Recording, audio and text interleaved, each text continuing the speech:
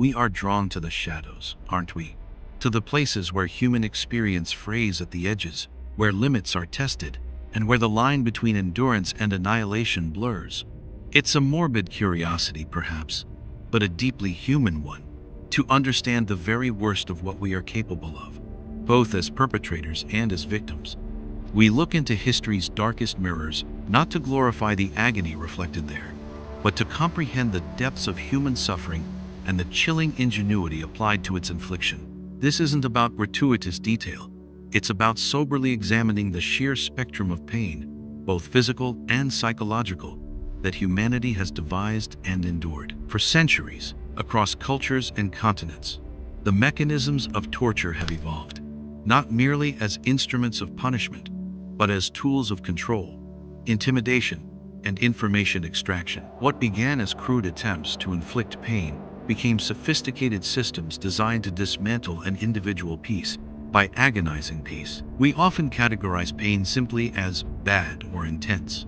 But to truly grasp the historical landscape of human cruelty, we must recognize a more nuanced architecture of suffering. It's a hierarchy, an ascent into progressively more profound and destructive forms of torment, each level designed with a specific, horrifying objective.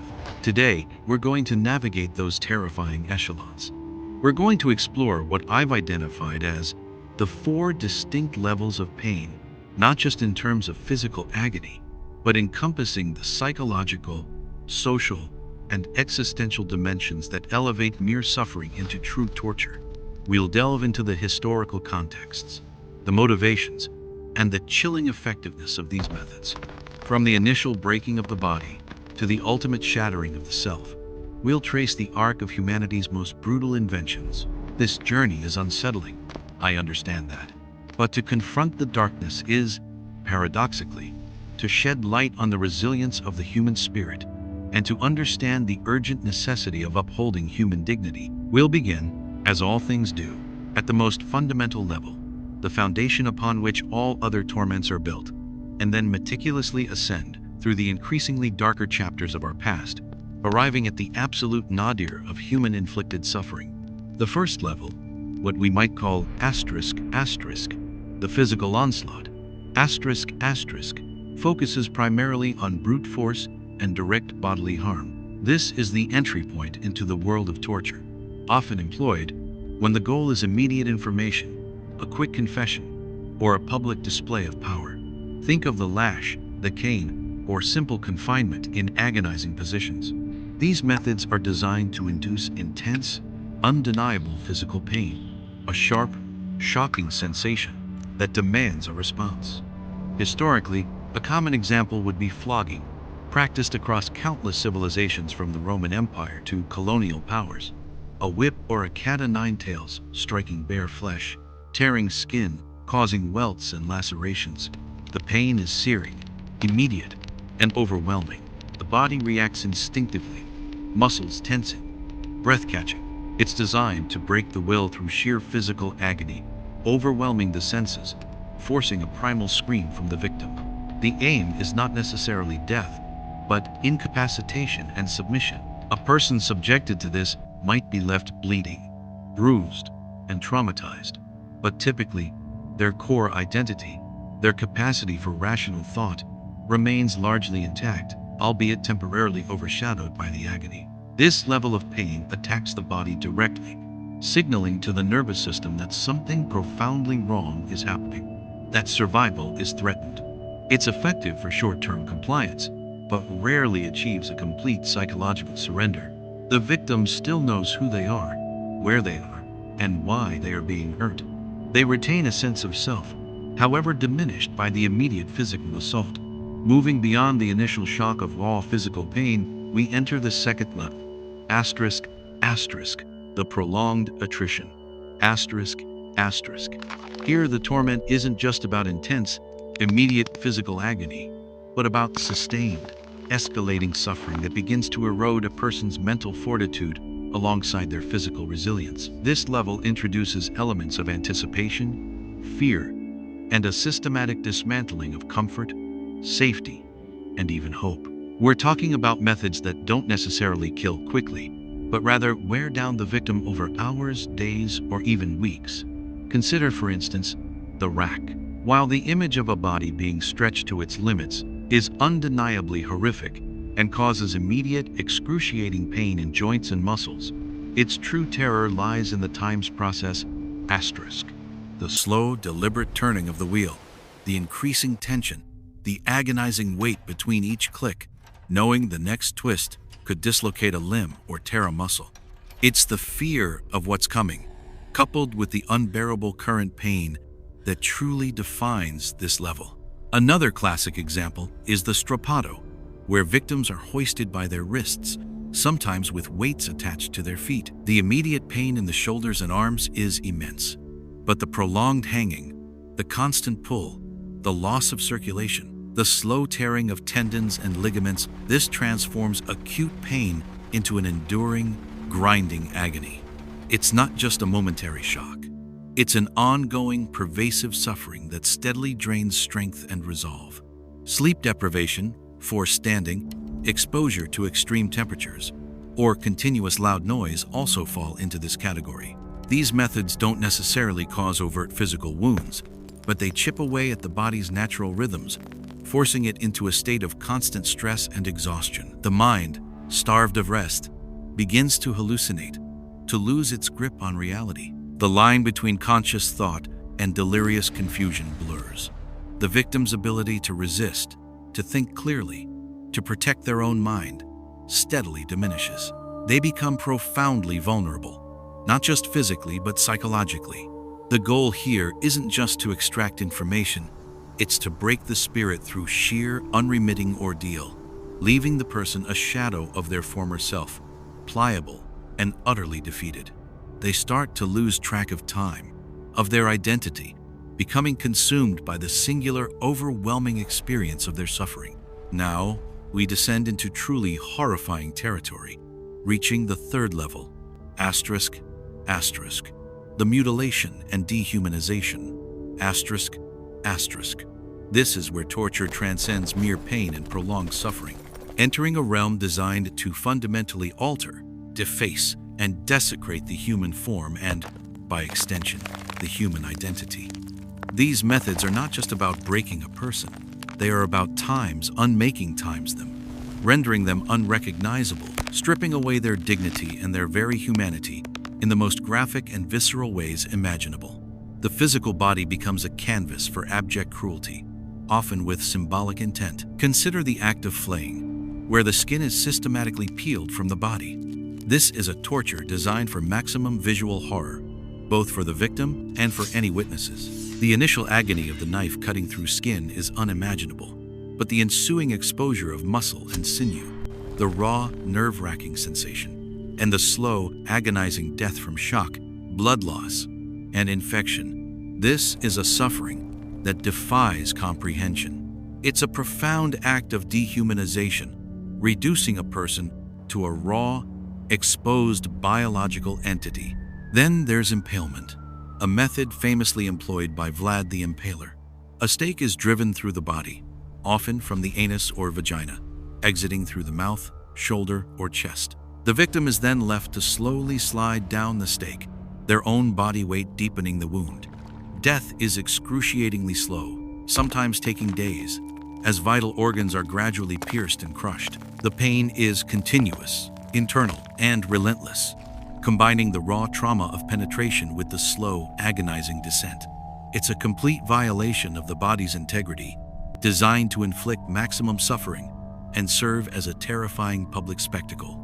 The horrors of dismemberment, such as drawing and quartering, also belong here. This was a form of capital punishment, often reserved for treason, where the victim was dragged behind horses, disemboweled, and then their limbs torn from their body by horses pulling in different directions. The intent here was not just to kill, but to utterly obliterate the physical form, to scatter the remains, and to send a clear, horrific message about the absolute power of the state and the unforgivable nature of the crime. The public display of such gruesome acts was crucial to their terrorizing effect. The victim, alive through much of this process, experiences a level of physical destruction that transcends any hope of recovery or even a quick release. their body is literally torn apart, their identity scattered, their very existence reduced to a horrific, fragmented spectacle. At this level, the body is not just subjected to pain, it is destroyed, defiled, and its very essence as a human vessel is annihilated. The psychological impact on the victim, witnessing their own disintegration, is unfathomable. Finally, we arrive at the darkest depths, the fourth level. Asterisk, asterisk, the annihilation of self and spirit. Asterisk, asterisk. This category moves beyond even the most brutal physical destruction, focusing instead on a profound, systematic dismantling of an individual's psychological core, their identity, their sanity, and their connection to reality. The goal here is not merely to extract information or punish, but to utterly break a person, to erase who they were, leaving behind an empty shell, devoid of agency, memory, or even the capacity for coherent thought. Physical pain may still be a component, but it's secondary to the psychological torture that targets the very essence of personhood. This level often involves extreme forms of sensory deprivation or overload, prolonged isolation, systematic manipulation, gaslighting, and the destruction of all meaning. Think of being confined in a pitch-black, soundproof cell for months or years, with no human contact, no way to mark time, and only irregular, unpredictable feeding. The mind, starved of external stimuli, begins to create its own reality, often leading to hallucinations, paranoia, and a complete loss of touch with objective reality. The sense of self, which is so dependent on interaction with the outside world and the recognition of others, begins to dissolve. Who are you if no one sees you, hears you, or acknowledges your existence? Another chilling aspect of this level is the systematic erosion of personal identity through forced confessions of fabricated crimes, forced betrayals of loved ones, or the rewriting of one's own history. Brainwashing techniques, designed to indoctrinate and convert, exemplify this. The victim is subjected to relentless psychological pressure, contradictory information, and emotional manipulation until they begin to doubt their own memories, their own beliefs, and even their own sanity. Their worldview is shattered, and a new, imposed reality is slowly built in its place. The re-education camps of totalitarian regimes are prime examples of this, where individuals are stripped of their former identities and forced to internalize new ideologies, often denouncing their past selves and loved ones.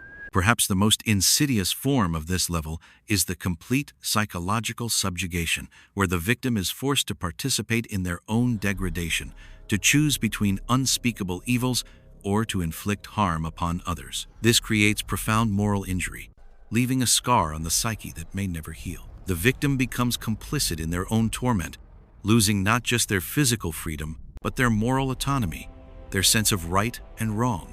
They are forced to become what they despise, erasing their internal compass. At this fourth level, death may not even be the desired outcome. The true horror is the creation of a living ghost, a person whose spirit has been annihilated, whose mind is shattered, and whose connection to their former self is severed. They are left as hollowed-out individuals, shells of their former selves, often unable to function in society, carrying the invisible wounds of a profound internal devastation. It is the darkest torture because it attacks what makes us fundamentally human, our consciousness, our identity, and our very soul. Reflecting on these four levels, we see a chilling progression. From the immediate, visceral pain of the physical onslaught, designed to break the body, we move to the prolonged attrition, which begins to wear down both body and mind. Then comes the gruesome mutilation and dehumanization, aimed at desecrating the physical form and annihilating public identity. Finally, at the peak of this horrific spectrum, we find the annihilation of self and spirit, a torture that aims to erase a person from the inside out, leaving them a phantom of their former being. Each level builds upon the previous, intensifying the suffering and broadening its scope to encompass every dimension of human existence. This journey through history's darkest practices is not meant to leave us in despair. Rather, it is a stark reminder of the immense capacity for cruelty that has, at times, plagued humanity. But by understanding these depths, By recognizing the insidious nature of true torture, we are better equipped to guard against its resurgence, to champion human rights, and to recognize the inherent dignity of every individual. It teaches us the profound value of freedom, compassion, and the sanctity of the human spirit. To look into these shadows is to learn, to vow, and to hope that the darkest chapters of our past remain just that, chapters, never to be rewritten.